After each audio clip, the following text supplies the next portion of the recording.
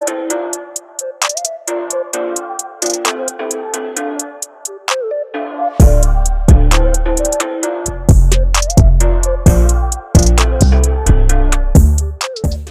To my video. मैं हूं सैयद आफाक हसन और आज की इस वीडियो में मैं बात करने वाला हूं बहुत ही अहम मौजू के ऊपर। स्टेटलेस चाइल्ड जो यहाँ पे केस हुआ करता था, जिसमें ज़्यादातर इंडियंस के केस थे, तो उनके लिए जो है वो एक बहुत बड़ी खबर है जिसके बारे में हम बात करेंगे कि होम ऑफिस ने जो कानून जो है वो चेंज कर दिया है। जी हाँ, स्टेटलेस चाइल्ड के लिए, जो पर्सन के लिए कानून जो है वो चेंज हो चुका है यूके के अंदर। तो उनके लिए एक बहुत बड़ी खबर है।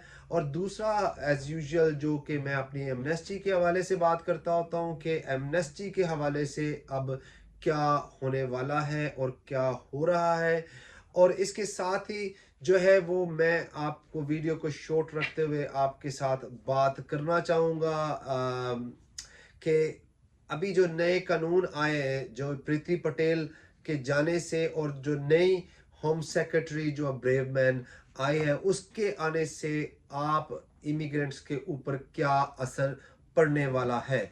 तो बगैर वक्त ज़ाया किए हुए सबसे पहले तो आप ये चैनल जो है वो सब्सक्राइब करें, क्योंकि ये बेल आइकन का बटन दबाएं और बेल आइकन के बटन दबाने से मेरी जो भी नई वीडियो आएगी इमिग्रेशन के हवाले से या दूसरे हवाले से, वो आपको अलर्ट आ जाएगा और आप मुस्तफ़ीद हो सकेंगे नई खबरों के साथ, जो कि इमिग्रेशन के कानून जो तेज़ी से तब्दील हो रहे हैं यूके के अंदर, उनको लेके।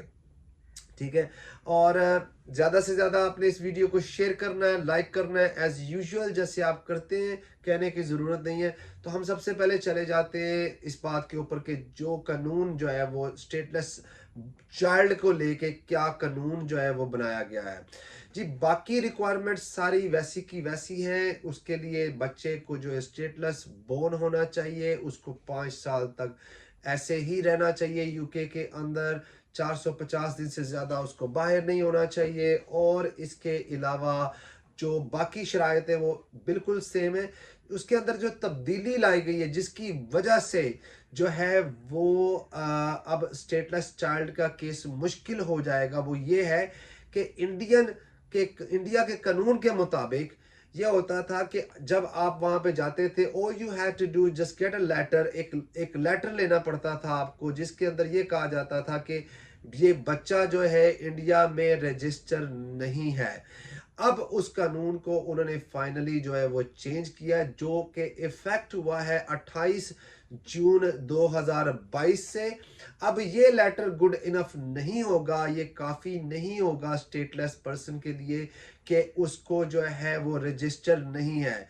उसके लिए आपको इंडियन एम्बेसी से आपको एक नया लेटर लेना पड़ेगा, जिसके ऊपर ये हो कि आपने अपने बच्चे को रजिस्टर करवाने की कोशिश की है, लेकिन वो इंडियन एम्बेसी ने आपको उसके ऊपर रिफ्यूज किया है, वो आपका बच्चा रजिस्टर नहीं कर रहे। सो अनफॉर्चुनेटली ये बहुत ही बुरी खबर है। इसके अंदर बहुत सारे लोगों का रिफ्यूजल आ चुका है और बहुत सारे लोगों का आने वाला है। बहुत सारे लोग अभी भी ये इस उम्मीद में बैठे हैं कि जी बिल्कुल हमारा बच्चा 5 साल का हो जाएगा तो हम उसकी बेस के ऊपर अपना केस लगा लेंगे। तो अनफॉर्चुनेटली अब उन लोगों को 5 साल की जगह 7 साल इंतज़ार करना पड़ेगा, क्योंकि अगर आपका बच्चा इस कंट्री में बोर्न हुआ है और वो 7 साल तक यहाँ पे रहता है, तो फिर उसको जो है यहाँ पे इंडेफिनेट लीव टू रिमेन दे दिया जाएगा। ब्रिटिश सिटीजनशिप फिर भी नहीं मिलेगी। इस स्टेटलेस के अंदर आप अपने बच्चे को जो है वो ब्रिटिश सिटीजन रजिस्टर करवा सकते थे। तो ये है स्टेटलेस चाइल्ड के हवाले से इंडियंस के लिए एक बहुत बुरी खबर कि अब आपको इंडियन एम्बेसी से ये लेटर लेना होगा कि आपने कोशिश की है अपने बच्चे को रजिस्टर करवाने की, लेकिन अब इसके ऊपर हम डिटेल में बाद में बात करेंगे कि क्या इसको चैलेंज किया जा सकता है, क्या इसके ऊपर कुछ हो सकता है। तो इस हवाले से हम करेंगे नेक्स्ट वीडियो में बात। अब इस वीडियो के अंदर सिर्फ इतना सा है, क्योंकि मुझे बहुत सारी कॉल्स आ रही है कि जी वो 5 साल वाला केस अभी भी हो रहा है, क्या हो सकता है। तो ये बहुत क्लियर है, जो भी इस केस को हवाले से बात कर रहे हैं उनको सिर्फ बहुत सिंपल सी बात है कि अब आपको एक लेटर चाहिए इंडियन एम्बेसी से। बाकी कानून वैसे का वैसा है, लेकिन अगर आपको ये लेटर मिल सकता है कि आपने कोशिश की है अपने बच्चे को रजिस्टर करवाने की और इंडियन एम्बेसी ने उसको रजिस्टर नहीं किया, तो बिल्कुल आपका केस हो सकता है, अदरवाइज नहीं हो सकता। अच्छा, नेक्स्ट मौजू पे हम बात कर लेते हैं कि एमनेस्टी को लेके कि क्या एमनेस्टी के हवाले से कोई बात हुई है।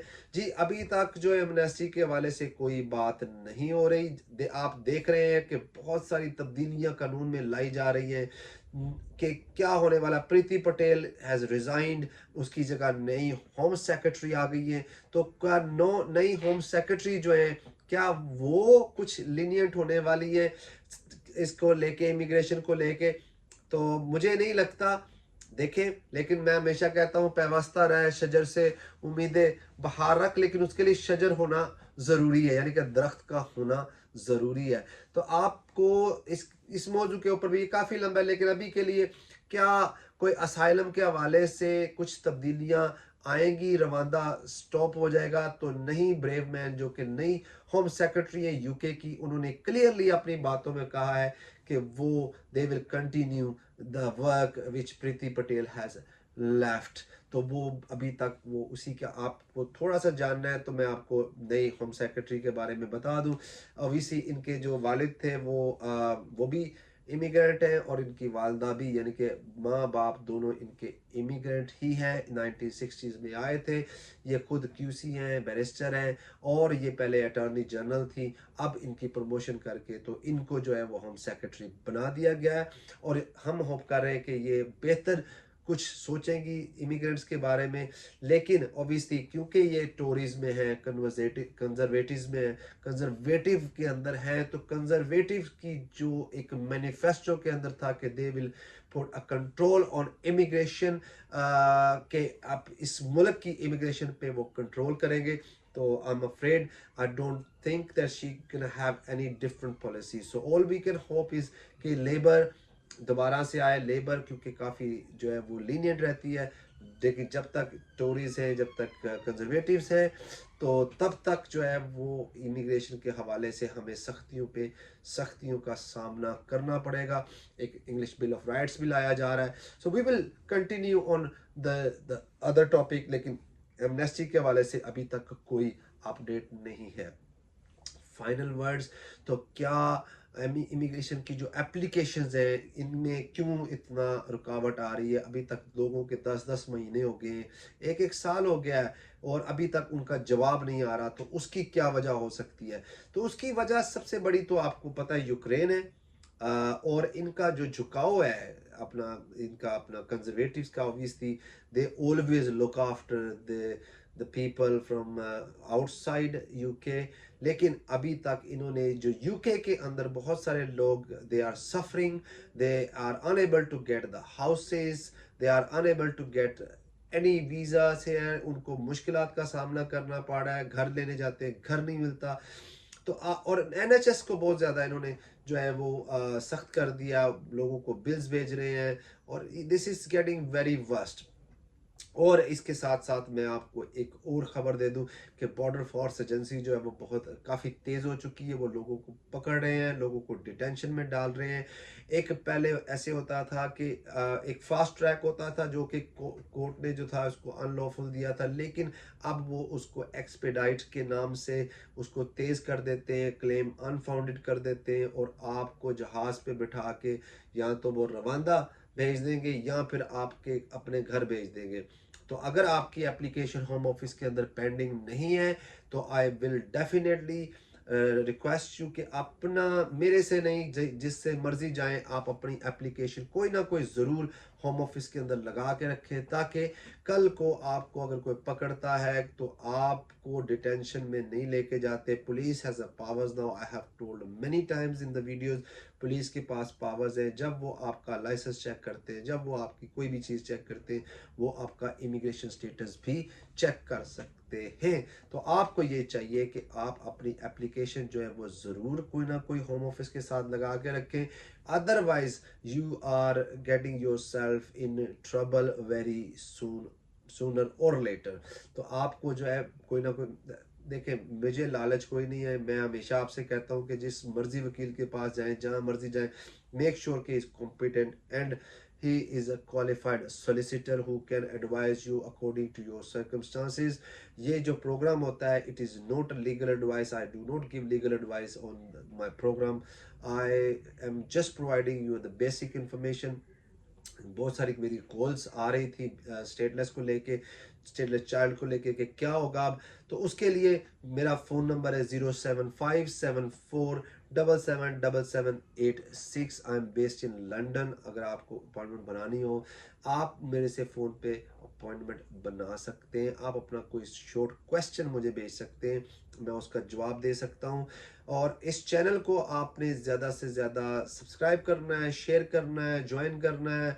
ये क्योंकि ये मेरा ही नहीं है, हम सबका चैनल है। अगर आपका कोई सवाल हो, आप किसी किस्म का स्टेटलेस चाइल्ड को लेके, या कोई भी इमिग्रेशन रिलेटेड कोई भी आपका सवाल हो, तो I am always there for you. I can answer your question, but obviously you need to understand I won't be able to answer every single question, but at the same time उसको थोड़ा time लग जाएगा। मेरी कोशिश होती है कि मैं आपके सवालों का जवाब जो है वो वीडियो के अंदर भी शामिल कर सकूं।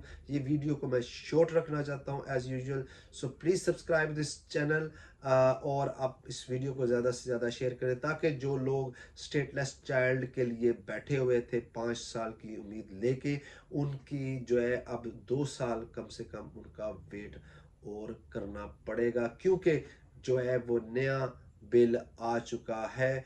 मैंने ये बात 1 साल पहले बताई थी, एक मेरी और वीडियो पड़ी है स्टेटलेस चाइल्ड के ऊपर, उसके ऊपर मैंने डिटेल से बताया था कि law is going to be change, और फाइनली ये जो लॉ है वो चेंज हो चुका है। तो अब आपके लिए स्टेटलेस चाइल्ड की ऑप्शन जो है वो काफ़ी मुश्किल हो गई है। जिन लोगों ने अपना अप्लाई किया हुआ है, वो इस चीज़ को थोड़ा सा जेन बना लें कि उनकी एप्लीकेशन जो है, जिन्होंने भी 28 जून 2022 के बाद अप्लाई किया है, उनके लिए जो है मुश्किलात का सामना है। उनका नहीं होगा, नहीं हो सकता कानून के मुताबिक। अगर हो जाए तो वो एक बड़ा मौजज़ा होगा, लेकिन द कानून, the law is very clear based on stateless child. मैं मिलूंगा आपको अब अपनी नेक्स्ट वीडियो में नए टॉपिक के साथ। तब तक के लिए मुझे दीजिए इजाज़त, अपना ख्याल रखिएगा। मिलते हम आपको नए प्रोग्राम में, अल्लाह ने के बाद।